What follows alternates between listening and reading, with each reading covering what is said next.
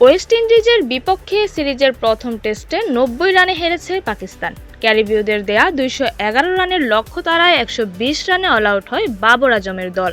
হারের কারণ খুঁজে বের করেছেন পাকিস্তানের অধিনায়ক। ম্যাচে পাকিস্তানকে ভুগিয়েছে ব্যাটিং। প্রথম ইনিংসে এক পর্যায়ে ৩ উইকেটে ২৪৪ রান তুললেও ব্যাটিং ব্যর্থতায় শেষ পর্যন্ত ২৮২ রানে অল আউট হয় পাকিস্তান। ব্যর্থতা অব্যাহত ছিল দ্বিতীয় ইনিংসেও। রান তাড়া করতে নেমে ৭১ রানে ৯ উইকেট হারিয়ে ফেলে পাকিস্তান। বাবর আজমের 50 যথেষ্ট হয়নি পরাজয় এড়াতে। ম্যাচ শেষে বাবর ব্যাটিং ব্যর্থতাকেই কাঠগড়ায় দাঁড় করিয়েছেন। ব্যাটিং নিয়ে হতাশা ঝরেছে অধিনায়কের কণ্ঠে। বাবর বলেন, ফলাফল আমাদের হাতে ছিল না, কিন্তু গত ২ দিনে আমরা বেশ ভালো ক্রিকেট খেলেছি। তবে আজ ব্যাটিং ইউনিট হিসেবে আমরা আশানুরূপ খেলতে পারিনি। আমরা দ্রুত একের পর এক উইকেট হারাতে থাকি এবং আমাদের ব্যাটিংই আমাদের হতাশ করেছে। এই দিকটার উন্নতির জন্য আমরা কঠোর পরিশ্রম করছি। দ্বিতীয় ইনিংসে কোনো জুটি গড়তে পারেনি পাকিস্তান। দশম উইকেটে ৪৯ রান তোলেন মোহাম্মদ আব্বাস ও বাবর আজম। এটাই ইনিংসের সবচেয়ে বড় জুটি। তারা দুইজন ছাড়া ২ অঙ্কের রানের দেখা পেয়েছেন কেবল মোহাম্মদ রিজওয়ান।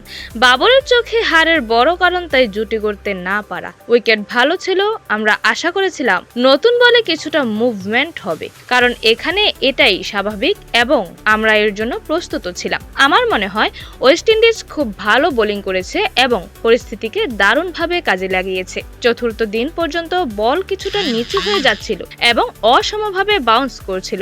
আমরা জুটি গড়তে পারিনি, আর সে কারণেই আমরা হেরেছি। পাকিস্তানের বড় ক্ষতি করেছে শান মাসুমদের চোট। প্রথম ইনিংসে শতক করলেও দ্বিতীয় ইনিংসে চোটের কারণে ৮ নম্বরে ব্যাটিং করেছেন এই বাঁহাতি ব্যাটার।